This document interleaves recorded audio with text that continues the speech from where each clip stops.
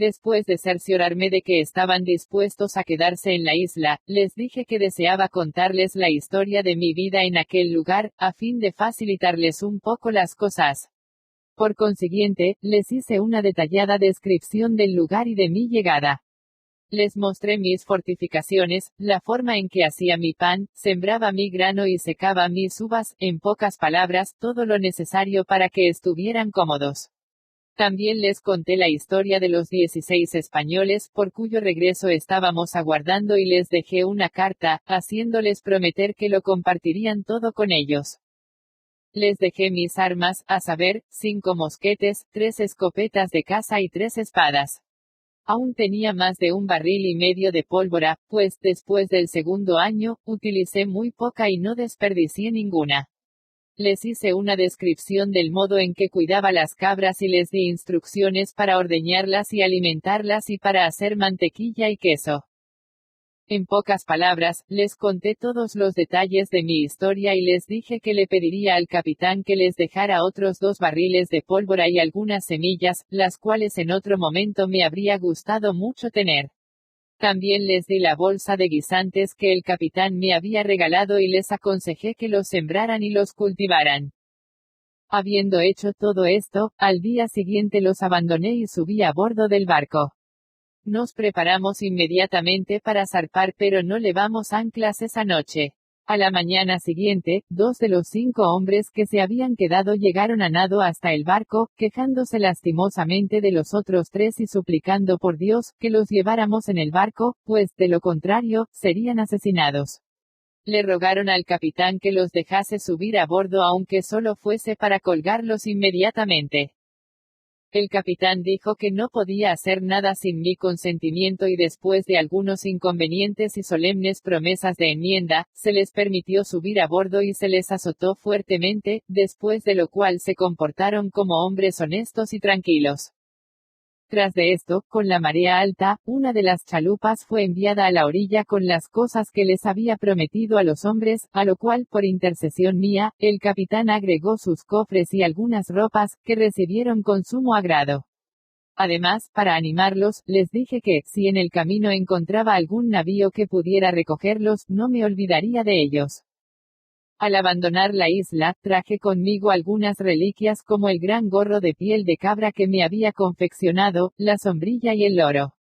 También traje el dinero, del que hablé al principio, que como había estado guardado durante tanto tiempo, se había oxidado y ennegrecido y apenas habría podido pasar por plata, si antes no lo hubiese limpiado y pulido. Traje, además, el dinero que había encontrado en el naufragio del barco español. Y fue así como abandoné la isla el 19 de diciembre de 1686, según los cálculos que hice en el barco, después de haber vivido en ella 28 años, 2 meses y 19 días. De este segundo cautiverio fui liberado el mismo día del mes que había escapado por primera vez de los moros de Salé en una piragua. Al cabo de un largo viaje, llegamos a Inglaterra el 11 de junio de 1687, después de 35 años de ausencia. Cuando llegué a Inglaterra era un perfecto desconocido, como si nunca hubiese vivido allí. Mi benefactora y fiel tesorera, a quien había encomendado todo mi dinero, estaba viva pero había padecido muchas desgracias. Había enviudado por segunda vez y vivía en la pobreza. La tranquilicé respecto a lo que me debía y le aseguré que no le causaría ninguna molestia, sino al contrario, en agradecimiento por sus pasadas atenciones y su lealtad, la ayudaría en la medida que me lo permitiera mi pequeña fortuna, lo cual no implicaba que pudiese hacer gran cosa por ella. No obstante, le juré que nunca olvidaría su antiguo afecto por mí y así lo hice cuando estuve en condiciones de ayudarla, como se verá en su momento. Me dirigí a Yorkshire, pero mi padre, mi madre y el resto de mi familia había muerto, excepto 2 hermanas y 2 hijos de uno de mis hermanos. Como no habían tenido noticias mías, después de tantos años, me creían muerto y no me habían guardado nada de la herencia. En pocas palabras, no encontré apoyo ni auxilio y el pequeño capital que tenía, no era suficiente para establecerme. No obstante, recibí una muestra de agradecimiento que no esperaba. El capitán del barco, al que había salvado felizmente junto con el navío y todo su cargamento, les contó a sus propietarios con lujo de detalles, la extraordinaria forma en que yo había salvado sus bienes. Estos me invitaron a con acento agudo reunirme con ellos y con otros mercaderes interesados y, después de muchos agradecimientos por lo que había hecho, me obsequiaron con casi 200 libras esterlinas. Me puse a reflexionar en las circunstancias de mi vida y en lo poco que tenía para establecerme en el mundo. Entonces decidí viajar a Lisboa para ver si podía obtener alguna información sobre mi plantación en Brasil y enterarme de lo que había sido de mi socio, que al cabo de tantos años me habría dado por muerto. Con esta idea, me embarqué rumbo a Lisboa, a donde llegué en abril del año siguiente. Mi siervo Viernes me acompañaba fielmente en todas estas andanzas y demostró ser el servidor más leal del mundo en todo momento. Cuando llegué a Lisboa, y después de hacer algunas averiguaciones, encontré a mi viejo amigo, el capitán del barco que me rescató la primera vez en las costas de África. Ahora era un anciano y había abandonado el mar, dejando a su hijo, que ya no era un jovenzuelo, con acento agudo cargo del barco con el que aún traficaba en Brasil. El viejo no me reconoció y en verdad, tampoco yo pude reconocerlo, pero inmediatamente lo recordé, así como él me recordó a mí cuando le dije quién era. Después de algunas expresiones de mutuo afecto, le pregunté cómo era de esperarse, por mi plantación y mi socio. El viejo me dijo que no había viajado a Brasil en 9 años, pero podía asegurarme que la última vez que había estado allí, vio a mi socio con vida, aunque aquellos a los que había dejado a cargo de administrar mis intereses habían muerto. No obstante, suponía que podía recibir cuenta exacta de mi plantación, pues, creyéndome muerto, mis administradores habían dado relación de la producción de mi parte al procurador fiscal, que tomaría posesión de ella, en caso de que yo no volviera nunca a reclamarla, dándole una tercera parte al rey y las otras 2/3 partes al monasterio de San Agustín, para ayudar a los pobres y a la conversión de los indios al catolicismo. Mas, si yo la reclamaba o alguien en mi nombre lo hacía, se me restituiría completamente con excepción de los intereses o rentas anuales, que estaban destinados para la caridad y no podían ser reembolsados. Me aseguró que tanto el intendente del rey, de sus tierras, como el proveedor o encargado del monasterio, se habían ocupado de que el titular, es decir, mi socio, les rindiera cuentas anualmente de los beneficios de la plantación, de la cual había apartado, con escrupuloso celo, la mitad que me correspondía. Le pregunté si sabía cuánto había crecido mi plantación, si le parecía que valía la pena reclamarla o si, por el contrario, solo encontraría obstáculos para recuperar lo que justamente me correspondía. Me dijo que no podía decirme con exactitud cuánto había crecido mi plantación, pero sabía con certeza que mi socio se había hecho muy rico, con solo la mitad y que, según creía recordar, la tercera parte del rey, que, al parecer, le había sido otorgada a otro monasterio o comunidad religiosa, producía unos 200 moidores al año. En cuanto a la posibilidad de recuperar mis derechos sobre la plantación, estaba seguro de que lo conseguiría, pues mi socio, que aún vivía, podía dar fe de mis títulos, que estaban inscritos a mi nombre en el catastro de los propietarios del país.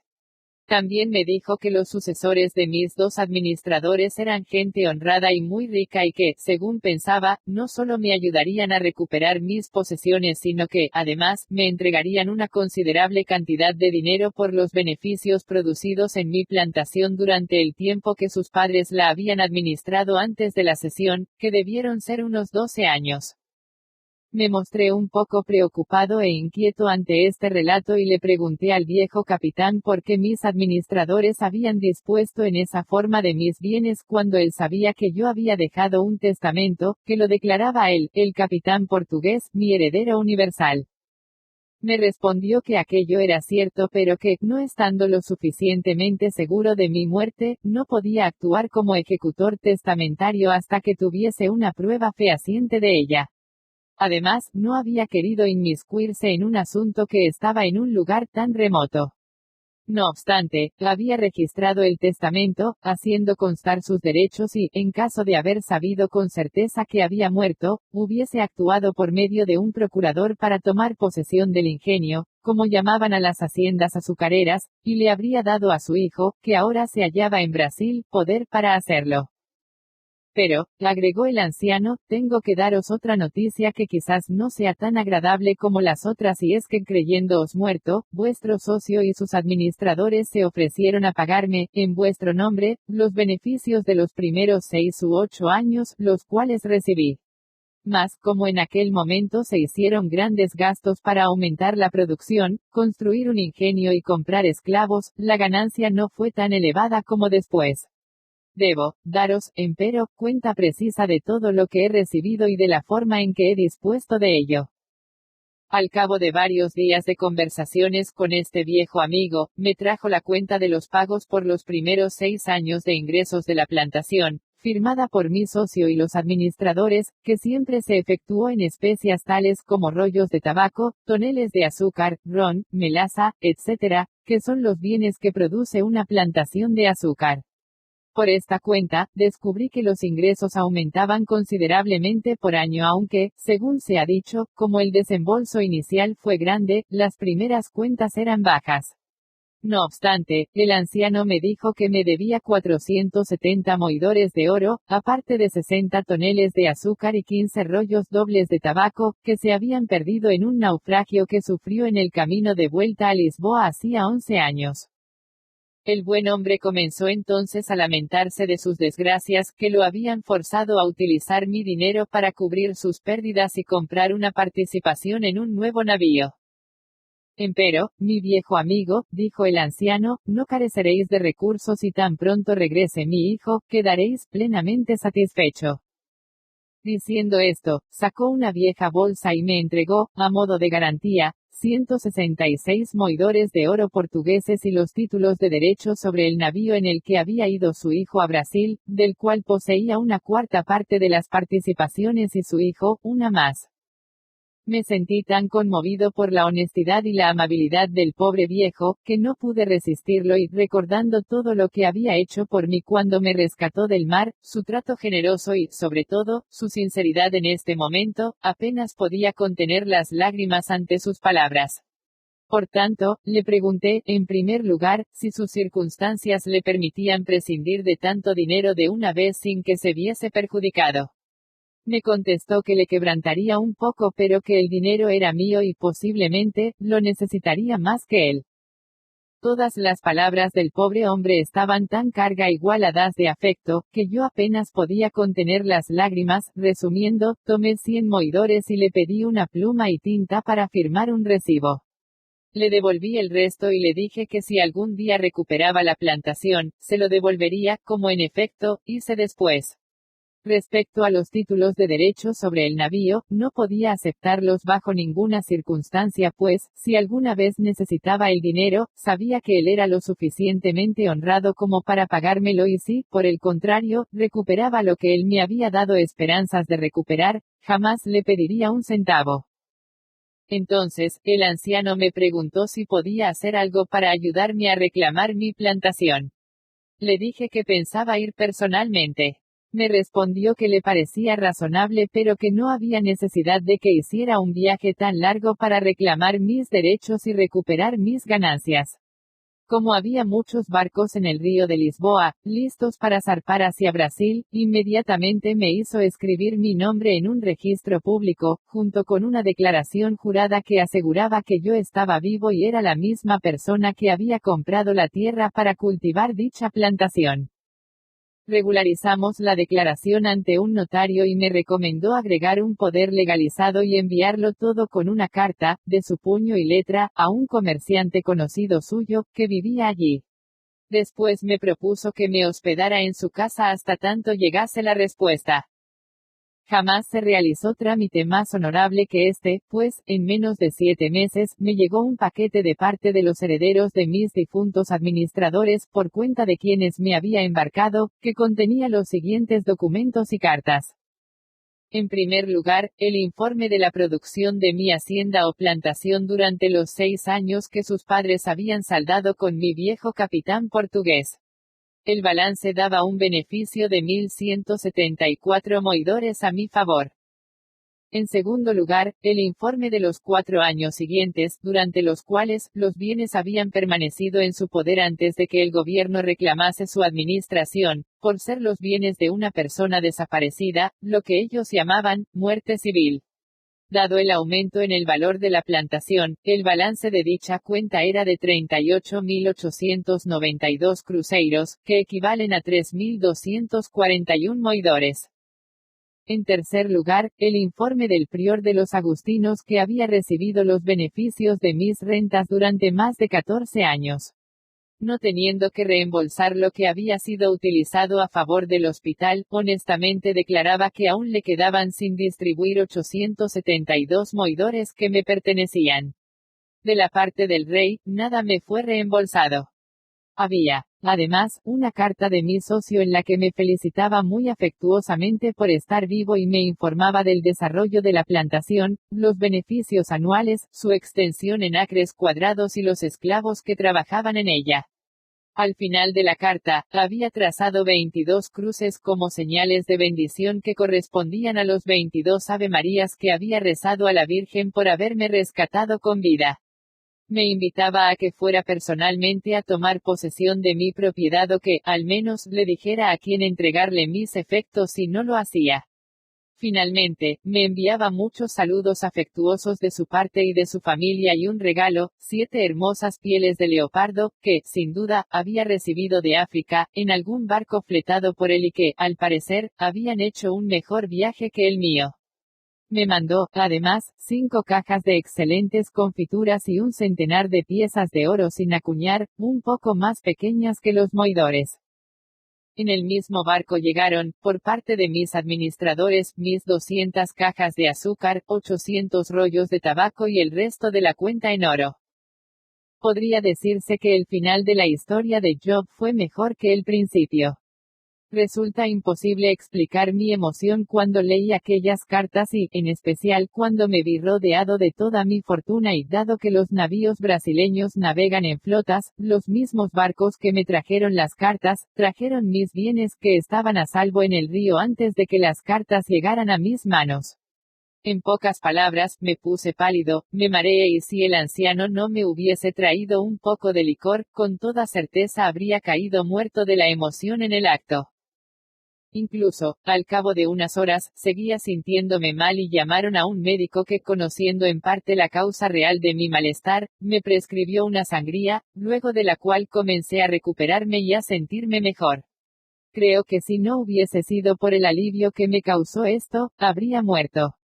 De pronto, me había convertido en dueño de casi 5.000 libras esterlinas en moneda y tenía lo que podría llamarse un estado en Brasil que me dejaba una renta de 1.000 libras al año y era tan seguro como cualquier estado en Inglaterra. En pocas palabras, me hallaba en una situación que apenas podía comprender ni sabía cómo disfrutar. Lo primero que hice fue recompensar a mi antiguo benefactor, mi viejo y buen capitán, que había sido caritativo conmigo en mi desesperación, amable al principio y honesto al final. Le mostré todo lo que había recibido y le dije que, después de la providencia celestial, que dispone todas las cosas, todo se lo debía a él. Ahora me correspondía a mí darle una recompensa, que sería 100 veces mayor que lo que me había dado. Primero le entregué los 100 moidores que había recibido de él. Entonces, hice llamar a un notario y le ordené que redactara un descargo, lo más clara y detalladamente posible, por los 470 moidores que me debía, según lo había reconocido. A continuación, di una orden para que se le entregara un poder como recaudador de las rentas anuales de mi plantación, indicándole a mi socio que llegara a un acuerdo con el viejo capitán para que le enviase por barco, a mi nombre, lo producido. En la última cláusula, ordené que se le pagara una renta anual de 100 moidores y otra de 50 moidores anuales a su hijo. De esta forma, recompensé a mi viejo amigo. Ahora tenía que decidir qué rumbo tomar y qué hacer con el estado que la providencia había puesto en mis manos. En realidad, en este momento eran muchas más las preocupaciones que cuando llevaba una vida solitaria en la isla, donde no deseaba nada que no tuviese ni tenía nada que no desease. Ahora, en cambio, tenía un gran peso sobre los hombros y mi problema era buscar la forma de asegurarlo. No disponía de una cueva donde esconder mi dinero ni un lugar donde pudiera dejarlo sin llave o cerrojo para que se enmoheciera antes de que alguien pudiera utilizarlo. Todo lo contrario, ahora no sabía dónde ponerlo ni a quién confiárselo. Mi viejo patrón, el capitán, era un hombre honesto y el único refugio que tenía. En segundo lugar, mis intereses en Brasil parecían reclamar mi presencia, pero no podía ni pensar en marcharme antes de haber arreglado todos mis asuntos y dejado mis bienes en buenas manos. Al principio, pensé en mi vieja amiga, la viuda, que siempre había sido honesta conmigo y seguiría siéndolo. Mas, estaba entrada en años, pobre y, según me parecía, endeudada. No me quedaba otra alternativa que regresar a Inglaterra llevando mis riquezas conmigo. No obstante, tardé unos meses en resolver este asunto y, habiendo recompensado plenamente y a su entera satisfacción a mi capitán, mi antiguo benefactor, comencé a pensar en la pobre viuda, cuyo marido había sido mi primer protector. Incluso ella, mientras pudo, había sido una leal administradora y consejera. Así, pues, le pedí a un mercader de Lisboa que le escribiera una carta a su corresponsal en Londres, indicándole que, no solo le entregase una letra a aquella mujer, sino que, además, le diese 100 libras en moneda y la visitase y consolase en su pobreza, asegurándole que yo la ayudaría mientras viviese. Al mismo tiempo, le envié 100 libras a cada una de mis hermanas, que vivían en el campo, pues, aunque no padecían necesidades, tampoco vivían en las mejores condiciones, una se había casado y enviudado y la otra tenía un marido que no era tan generoso con ella como debía. Sin embargo, no hallaba entre todos mis amigos y conocidos alguien a quien confiarle el grueso de mis bienes, a fin de poder viajar a Brasil, dejando todo asegurado. Esto me producía una gran perplejidad. Alguna vez había pensado viajar a Brasil y establecerme allí, pues estaba, como quien dice, acostumbrado a aquella región. Pero tenía ciertos escrúpulos religiosos que irracionalmente me disuadían de hacerlo, a los cuales haré referencia. En realidad, no era la religión lo que me detenía, pues si no había tenido reparos en profesar abiertamente la religión del país mientras vivía allí, no iba a tenerlos en estos momentos. Simplemente, ahora pensaba más en dichos asuntos que antes y cuando imaginaba vivir y morir allí, me arrepentía de haber sido papista, pues tenía la convicción de que esta no era la mejor religión para bien morir. No obstante, como he dicho, este no era el mayor inconveniente para viajar a Brasil, sino el no saber a quién confiarle mis bienes. Finalmente, resolví viajar con todas mis pertenencias a Inglaterra, donde esperaba encontrar algún amigo o pariente en quien pudiese confiar. Así, pues, me preparé para viajar a mi país con toda mi fortuna. A fin de preparar las cosas para mi viaje a casa, y puesto que la flota estaba a punto de zarpar rumbo a Brasil, decidí responder a los informes tan precisos y fieles que había recibido.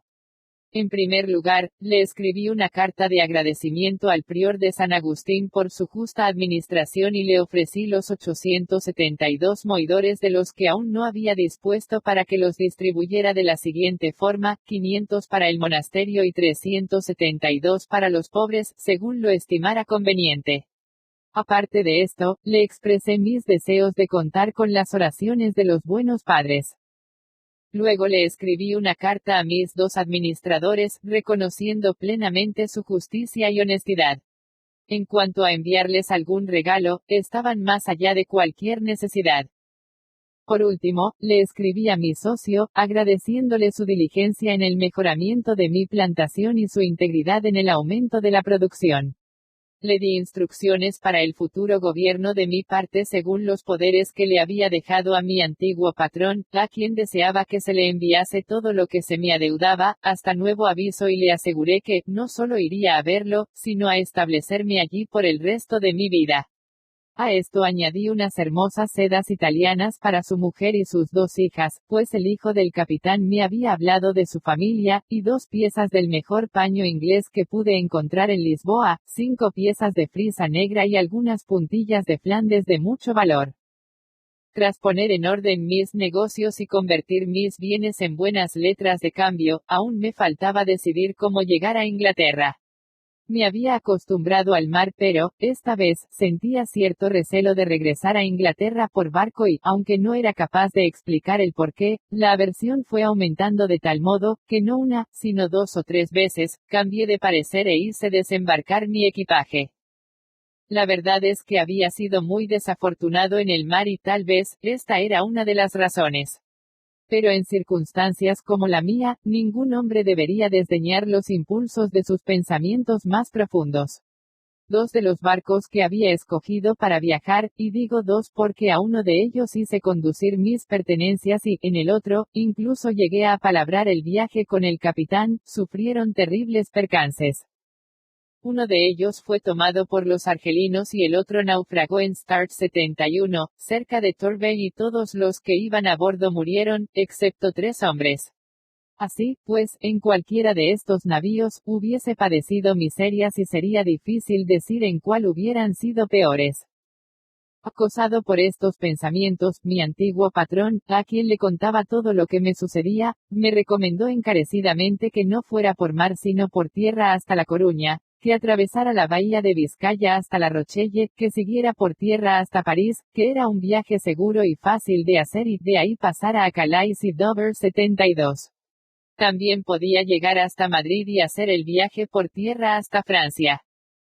71 Start, promontorio en la costa meridional de Inglaterra en el Canal de la Mancha. 72 Calais y Dover, ciudades francesa e inglesa respectivamente que constituyen el paso de Calais, la parte más estrecha del Canal de la Mancha. En pocas palabras, estaba tan predispuesto contra el mar, que decidí hacer todo el trayecto por tierra, con la excepción del paso de Calais a Dover. Como no tenía prisa ni me importaban los gastos, realmente era la forma más placentera de hacer el viaje.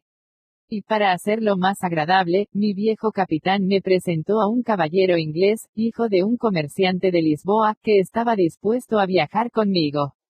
Más tarde, se nos unieron 2 mercaderes ingleses y 2 jóvenes caballeros portugueses, que solo viajaban hasta París. En total éramos 6 y 5 criados, los 2 mercaderes ingleses y los 2 jóvenes portugueses se contentaron con un criado por pareja, a fin de ahorrar en los gastos, y yo llevaba a un marinero inglés para que me sirviera, aparte de mi siervo Viernes, que por ser extranjero, no estaba capacitado para servirme en el camino. De este modo, salí de Lisboa y como estábamos todos bien montados y armados, formábamos una pequeña tropa, de la cual tuve el honor de ser designado capitán, no solo por ser el mayor, sino porque tenía 2 criados y era el promotor del viaje. Así como no he querido aburriros con mi diario de mar, tampoco quisiera hacerlo con el de tierra, aunque durante este largo y difícil trayecto, nos acontecieron algunas aventuras que no debo omitir. Cuando llegamos a Madrid, siendo todos extranjeros en España, decidimos quedarnos algún tiempo para ver las Cortes de España y todo aquello que fuese digno de verse. Como estábamos a finales del verano, decidimos apresurarnos y salimos de Madrid hacia mediados de octubre. En la frontera con Navarra, en varios pueblos nos dijeron que había caído tal cantidad de nieve en el lado francés de las montañas, que muchos viajeros se habían visto obligados a regresar a Pamplona, después de haber intentado proseguir su camino con grandes riesgos. Cuando llegamos a Pamplona, confirmamos lo que nos habían dicho. A mí, que siempre había vivido en un clima cálido, en el cual apenas podía tolerar las ropas, el frío se me hacía insoportable. En realidad, a todos nos resultaba más penoso que sorprendente sentir el viento de los Pirineos, tan frío e intolerable, que amenazaba con congelarnos las manos y los pies, sobre todo, cuando hacía apenas 10 días que habíamos salido de Castilla la Vieja, donde no solo hacía buen tiempo, sino calor.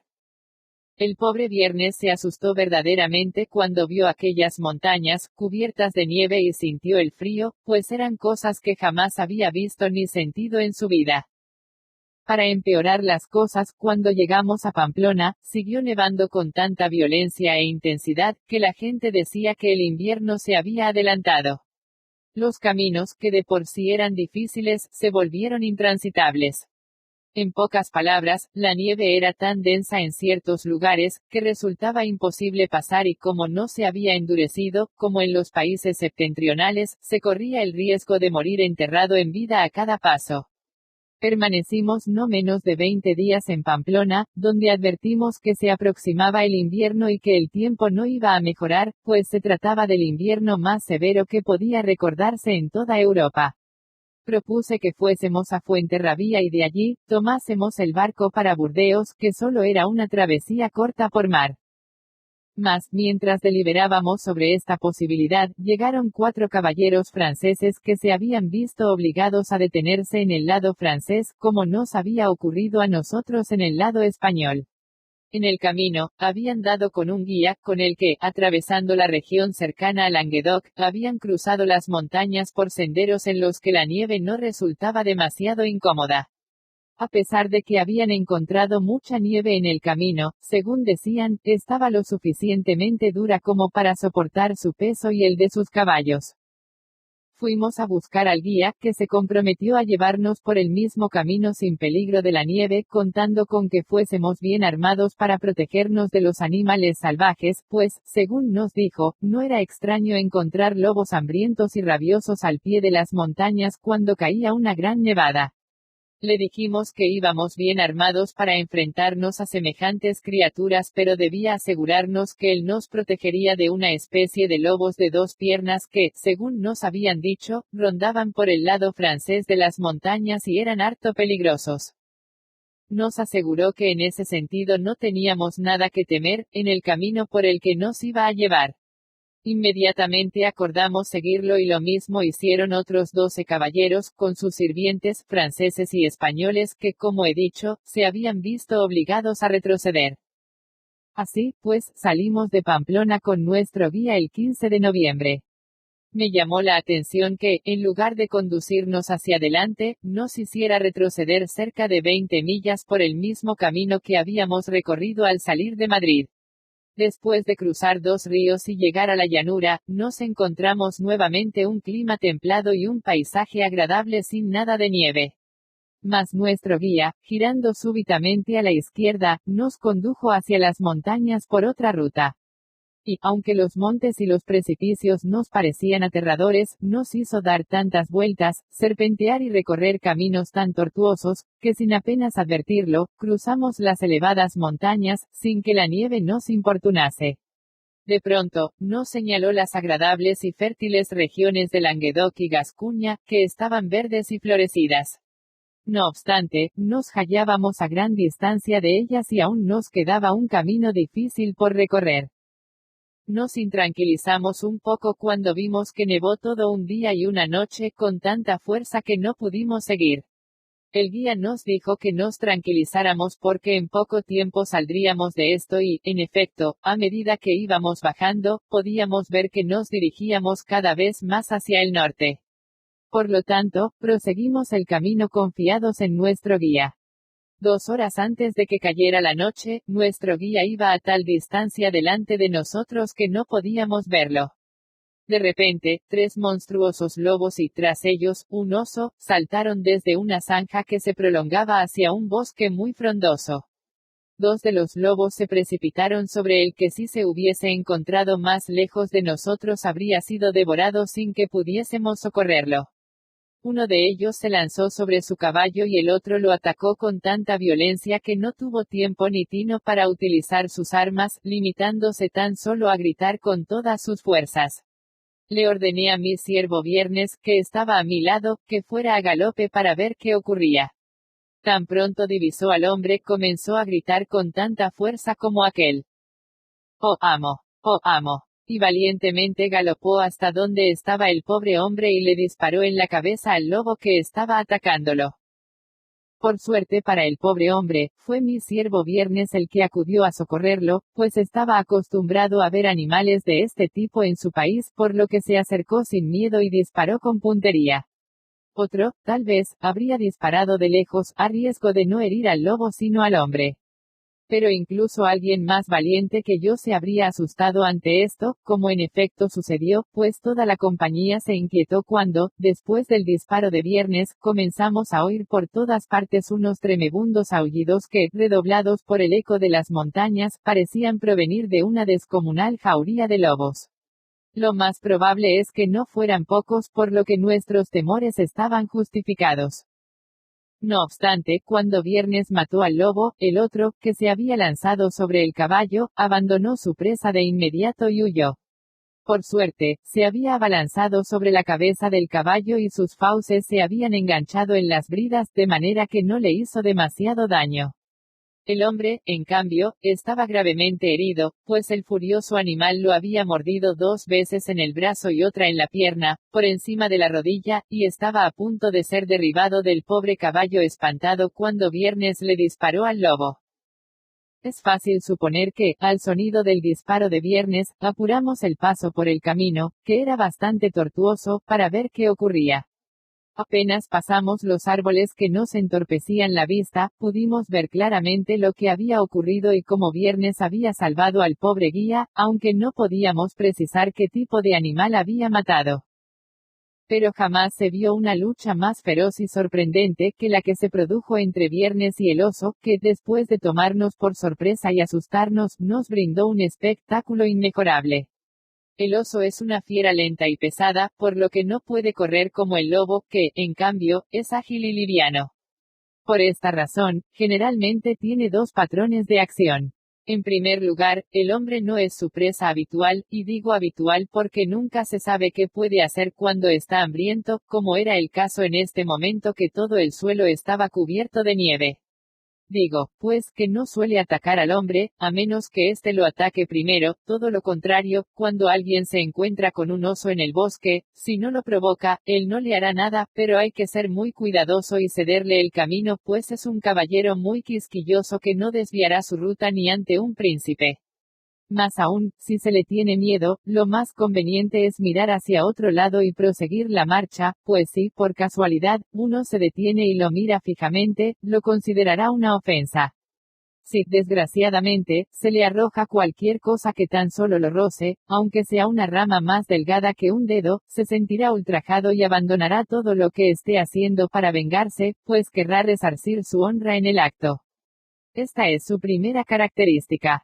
La segunda es que, si le ofendes una vez, te perseguirá día y noche sin tregua hasta vengarse de ti. Mi siervo Viernes había salvado a nuestro guía y cuando finalmente llegamos hasta él, lo estaba ayudando a bajar del caballo, pues el hombre estaba herido y asustado, tal vez lo segundo más que lo primero.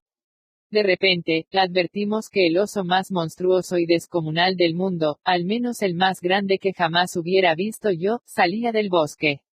Nos quedamos sorprendidos ante su presencia, más cuando Viernes lo vio, se mostró claramente alegre y arrojado. Oh, oh, oh, dijo Viernes 3 veces seguidas, apuntándolo con el dedo. Amo, dame permiso. Le doy la mano y te hago reír. Me quedé perplejo de ver al muchacho tan animado. ¿Estás loco?, le pregunté. Te va a devorar. Devorar mí, repitió Viernes, yo devorar él. Yo hago reír. Todos se quedan aquí. Yo hago reír. Se sentó en el suelo, se quitó las botas rápidamente y se puso un par de zapatos que llevaba en el bolso. Le entregó su caballo a mi otro criado y, armado con su fusil, salió corriendo como el viento. El oso proseguía su camino tranquilamente, sin pensar en atacar a nadie, hasta que Viernes, ya muy cerca de él, se puso a llamarlo como si el animal pudiese entenderlo. Oye, hablo contigo. Seguimos a Viernes a cierta distancia, pues, habiendo descendido los montes Gascones, nos hallábamos en un valle despejado, en el que solo había algunos árboles dispersos aquí y allá. Viernes estaba, como he dicho, detrás del oso. Rápidamente, se llegó hacia donde estaba y tomando una piedra, se la lanzó, dándole en la cabeza pero sin hacerle más daño que si la hubiese lanzado contra una pared. No obstante, logró el efecto deseado, pues el muy bandido, sin el más mínimo temor, tan solo pretendía que el oso lo persiguiera para hacernos reír. Tan pronto sintió la pedrada y lo vio, el oso se dio la vuelta y comenzó a perseguirlo con unas zancadas largas y diabólicas, moviéndose irregularmente, a la velocidad del trote de un caballo. Viernes comenzó a correr y se encaminó hacia nosotros, como pidiendo socorro, así que decidimos dispararle al oso todos a la vez para salvar a mi siervo. Yo estaba furioso con Viernes por haber atraído el oso hacia nosotros, cuando el animal no tenía intenciones de atacarnos, y luego salir corriendo en otra dirección. Le grité. Perro, ¿es esta tu manera de hacernos reír? Ven aquí y coge tu caballo para que podamos dispararle al oso. Me oyó gritar y respondió. No dispares, no dispares, tranquilos, se ríen mucho. Por cada paso del oso, el ágil muchacho daba dos y, así, giró de repente muy cerca de nosotros y nos hizo señas para que le siguiéramos. Viendo un enorme roble como puesto allí para sus propósitos, se subió a él, dejando el fusil en el suelo a 5 o 6 yardas de allí. Mientras nosotros lo seguíamos a cierta distancia, el oso llegó al árbol rápidamente. Lo primero que hizo fue acercarse al fusil y olisquearlo, más no tardó en abandonarlo. Se agarró del tronco del árbol y comenzó a trepar como un gato, a pesar de su tamaño. Yo estaba perplejo ante la locura de mi siervo y no veía el menor motivo de risa hasta que el oso se encaramó en el árbol. Nos acercamos y vimos que Viernes había alcanzado el extremo de una rama muy gruesa y el oso había avanzado la mitad del camino hacia él. Cuando el oso llegó a la parte más delgada de la rama, nos gritó. ¡Ah, mirar que enseño oso a bailar! Se puso a saltar y a sacudir la rama, ante lo cual, el oso se puso a temblar sin atreverse a avanzar y mirando hacia atrás para ver cómo regresar. Esto en verdad nos hizo reír a carcajadas. Pero aún no había terminado la broma. Cuando Viernes advirtió que se quedaba quieto, volvió a llamarlo como si el oso entendiese el inglés. No avanzas más, te pido que acerques. Dejó de sacudir la rama y el oso, como si hubiese comprendido, avanzó un poco más.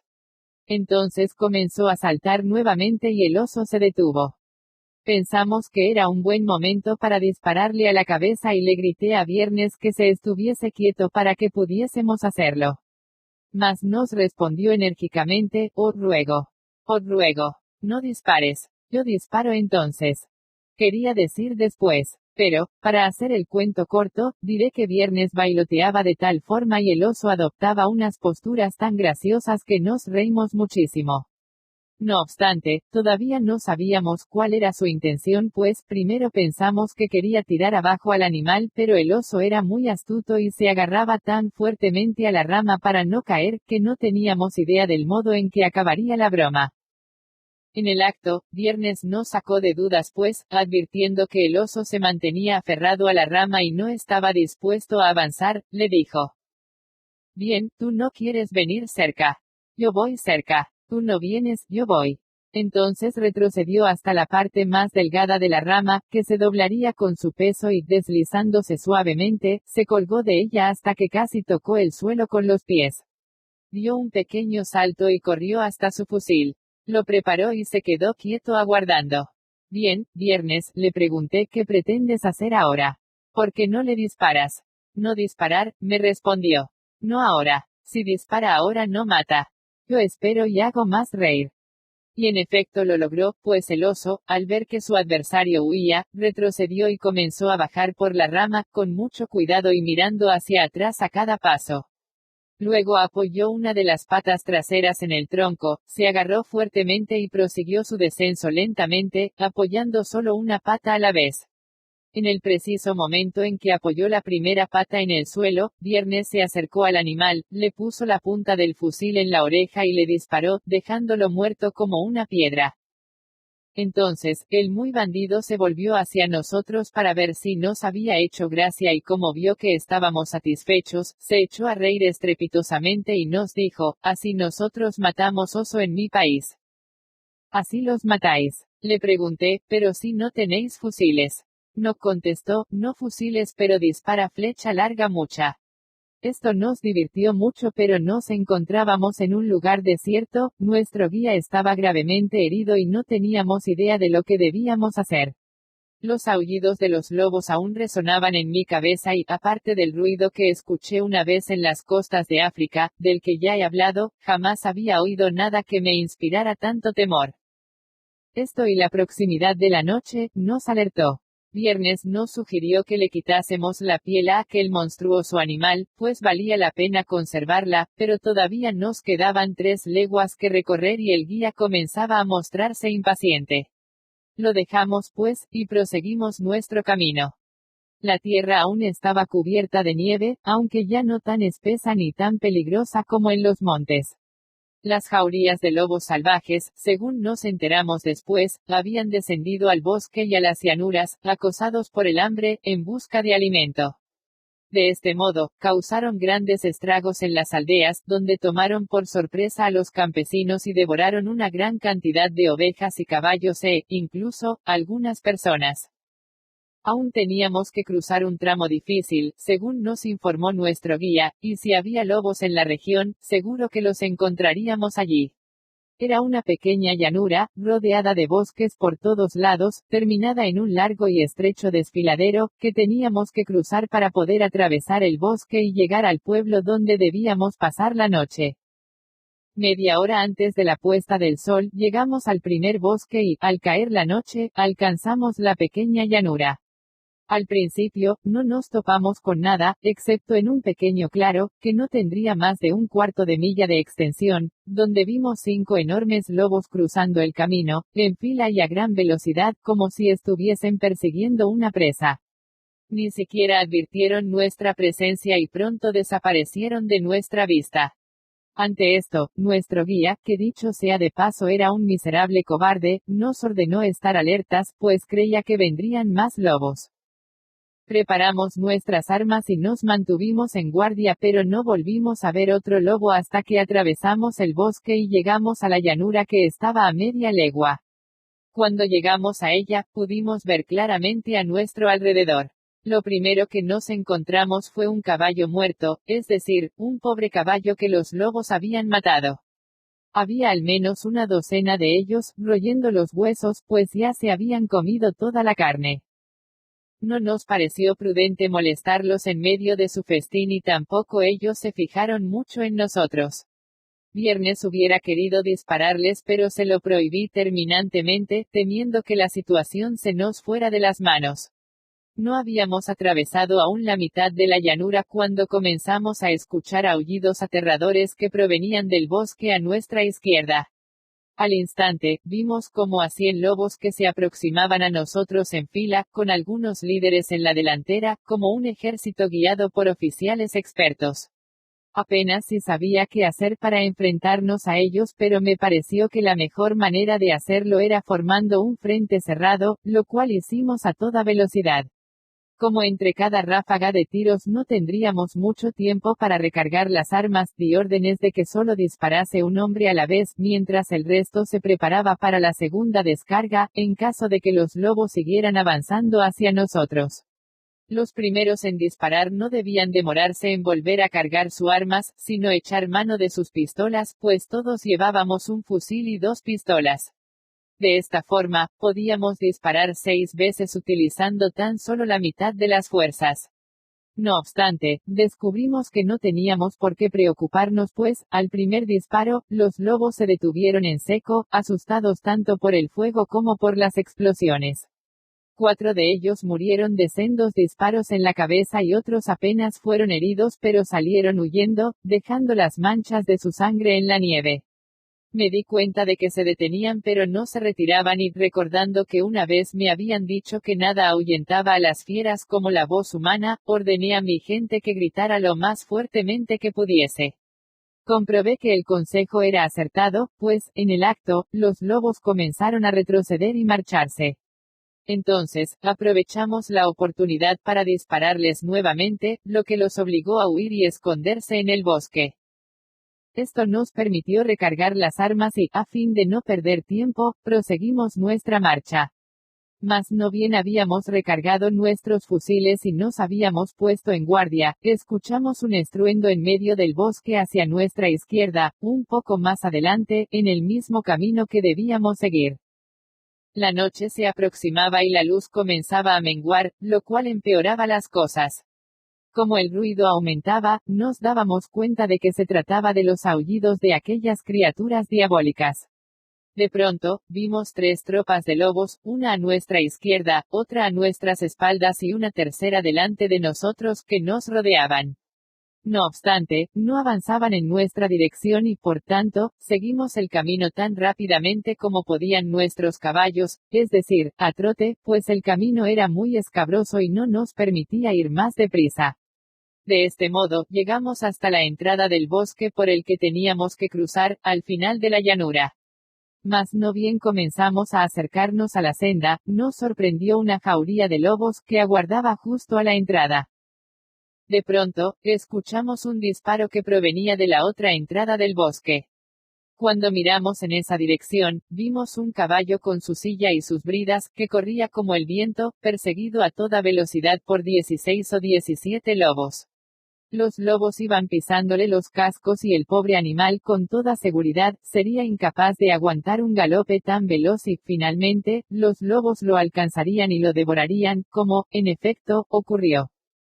Entonces vimos un espectáculo aterrador, pues en la entrada del bosque por la que había salido aquel caballo, encontramos los restos de otro caballo y dos hombres que habían sido devorados por los lobos.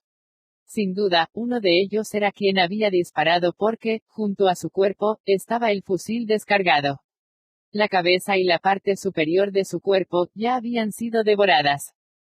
Esto nos dejó espantados y sin saber el rumbo que debíamos tomar, pero los lobos pusieron fin a nuestras dudas, pues comenzaron a rodearnos para atacarnos. Estoy seguro de que serían más de 300 lobos. Por suerte, a la salida del bosque, hallamos unos grandes árboles cortados el verano anterior y, seguramente, dejados allí para ser transportados más tarde.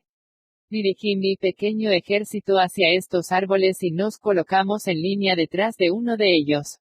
Les ordené desmontar y atrincherarse detrás del tronco del árbol, formando un triángulo para poder atacar por 3 frentes y mantener los caballos en el centro. Así lo hicimos, e hicimos bien, pues jamás se había visto un ataque más feroz que el que nos hicieron aquellas criaturas en ese lugar. Avanzaron hacia nosotros aullando y subieron a los troncos que, como he dicho, no servían de parapeto, como si fueran a atacar a una presa. Esta furia, al parecer, había sido ocasionada por la vista de los caballos, que estaban a nuestras espaldas y eran la presa que más les interesaba. Les ordené a mis hombres disparar como lo habíamos hecho la vez anterior. Apuntaron tan bien, que mataron varios en la primera descarga. Mas había que seguir disparando, pues avanzaban hacia nosotros como demonios y los que estaban atrás empujaban a los de adelante. Cuando disparamos por segunda vez pensamos que se habían detenido un poco y que huirían, pero no fue así, porque otros vinieron al ataque, de manera que nos vimos obligados a disparar nuestras pistolas 2 veces más. Supongo que, en las 4 descargas, logramos matar a 17 o 18 y herir al doble, pero los animales volvían al ataque una y otra vez. No quería gastar nuestro último disparo a la ligera, así que llamé a mi criado, no a Viernes, que ya estaba lo suficientemente ocupado, pues con la mayor destreza imaginable había recargado mi fusil y el suyo mientras disparábamos, sino al otro criado, a quien le di un cuerno de pólvora y le ordené que la esparciera a lo largo del tronco más grueso. Así lo hizo y, no bien había regresado, cuando los lobos se dispusieron a atacar por ese lado, algunos, incluso, llegaron a saltar sobre el tronco. Entonces, apuntando con la pistola sobre la pólvora esparcida, disparé. La pólvora se incendió y todos los que estaban encima del tronco se quemaron y 6 o 7 cayeron, saltaron, más bien, por la intensidad del fuego. A estos los liquidamos en un momento y los demás, se asustaron tanto con el resplandor de la explosión, más intenso por la oscuridad de la noche, que se retiraron un poco. Ordené disparar el último tiro de nuestras pistolas, después del cual, nos pusimos a gritar. Ante esto, los lobos dieron la vuelta y nosotros nos lanzamos sobre casi 20 de ellos que estaban heridos en el suelo. Los acuchillamos con nuestras espadas y obtuvimos el resultado que esperábamos, pues, el resto de ellos, al oír sus lamentos y aullidos, huyeron a toda prisa y nos dejaron en paz. En total, matamos a unos 60 lobos y, si hubiera sido de día, habríamos matado muchos más. Despejado el campo de batalla, proseguimos nuestro camino, pues aún nos quedaba casi una legua por andar. A lo largo del camino, escuchamos varias veces el aullido de estas fieras salvajes y en más de una ocasión, nos pareció ver alguno de ellos, pero la nieve nos hacía daño en los ojos y no podíamos ver con precisión. Al cabo de una hora, llegamos al pueblo donde íbamos a pasar la noche. Hallamos a todos armados y terriblemente asustados, pues, al parecer, la noche anterior los lobos y algunos osos habían irrumpido en el pueblo, por lo que se habían visto obligados a permanecer en vela toda la noche y todo el día, especialmente la noche, para proteger su ganado incluso, a su gente. A la mañana siguiente, nuestro guía se encontraba tan mal y se le habían hinchado tanto las extremidades a causa de las 2 heridas, que no pudo proseguir el viaje, por lo que tuvimos que buscar otro guía que nos llevara hasta Toulouse. Allí encontramos un clima templado y una campiña fértil y agradable, donde no había nieve ni lobos. Cuando contamos lo que nos había ocurrido, nos dijeron que era lo habitual en aquellos bosques al pie de la montaña, en especial cuando el suelo estaba cubierto de nieve. Nos preguntaron qué clase de guía habíamos contratado que se había atrevido a llevarnos por un camino tan peligroso, sobre todo, en aquella época del año, y nos dijeron que debíamos sentirnos muy afortunados de que no nos hubiesen devorado. Cuando les dijimos la forma en que nos habíamos atrincherado con los caballos en el centro, nos criticaron severamente y nos dijeron que las probabilidades de haber sido destruidos por los lobos eran de 50 contra 1, puesto que su furia había sido incitada por la presencia de los caballos, que eran su presa más codiciada. En cualquier otra ocasión, se habrían asustado con los disparos, pero el hambre excesiva y las ganas de alcanzar nuestros caballos, les habían vuelto insensibles al peligro. Si no hubiésemos mantenido un fuego continuo y no hubiésemos utilizado la estratagema de la pólvora, nos habrían despedazado. Ahora bien, si les hubiésemos disparado sin apearnos de los caballos, no les habrían parecido una presa asequible, ya que había hombres montados sobre ellos. Finalmente, nos dijeron que si hubiésemos permanecido juntos y abandonado los caballos, se habrían lanzado sobre ellos y nosotros habríamos podido escapar a salvo, pues éramos muchos y estábamos bien armados. Por mi parte, jamás me había visto ante un peligro así en mi vida, pues por un momento, cuando vi aquellos 300 demonios que venían hacia nosotros con las fauces abiertas para devorarnos y nosotros no teníamos hacia dónde escapar, pensé que estábamos perdidos. En verdad creo que no volveré a cruzar esas montañas nunca más, prefiero viajar 1000 leguas por el mar, aun con la certeza de tropezar con una tormenta una vez por semana. Durante el viaje a través de Francia no ocurrió nada fuera de lo común, al menos, nada que otros viajeros no hayan referido mejor que yo. Pasé de Toulouse a París y, tras una corta estancia, llegué a Calais y desembarqué a salvo en Dover, el día 14 de enero, después de un frío viaje. Había llegado a mi destino y, en poco tiempo, me vi rodeado de mis recién recuperados bienes, pues las letras de cambio que llevaba conmigo, me fueron pagadas escrupulosamente. Mi principal guía y consejero privado fue mi buena y anciana viuda, quien, en agradecimiento por el dinero que le había enviado, no escatimó en esfuerzos ni atenciones hacia mí. Confié a ella todos mis asuntos, de manera que no tenía razones para preocuparme sobre la seguridad de mi fortuna. En efecto, hasta el último día, me sentí sumamente satisfecho de la absoluta integridad de esta excelente señora. Empecé a considerar dejar mis bienes al cuidado de ella y viajar a Lisboa para luego seguir hasta Brasil, pero volvieron a acecharme los recelos respecto a la religión. Siempre dudé de la religión romana, incluso cuando me hallaba en el extranjero y muy particularmente cuando viví solo. Sabía que no regresaría a Brasil, y menos a establecerme, a menos que estuviese dispuesto a acoger la religión católica romana sin reservas, o, de otro modo, a menos que estuviese dispuesto a sacrificar mis principios y convertirme en un mártir de la religión y morir a manos de la Inquisición. Por lo tanto, decidí quedarme en casa y buscar el modo de disponer de mi plantación. Con este propósito, le escribí a mi antiguo amigo de Lisboa, quien, a su vez, me contestó que sería fácil realizar el negocio allí mismo, si le otorgaba poderes para presentárselo en mi nombre a 2 mercaderes, herederos de mis administradores. Como vivían en Brasil, conocían perfectamente el valor de mi plantación.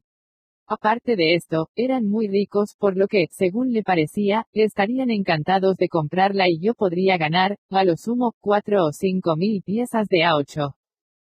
Acepté y le di órdenes de ofrecérsela.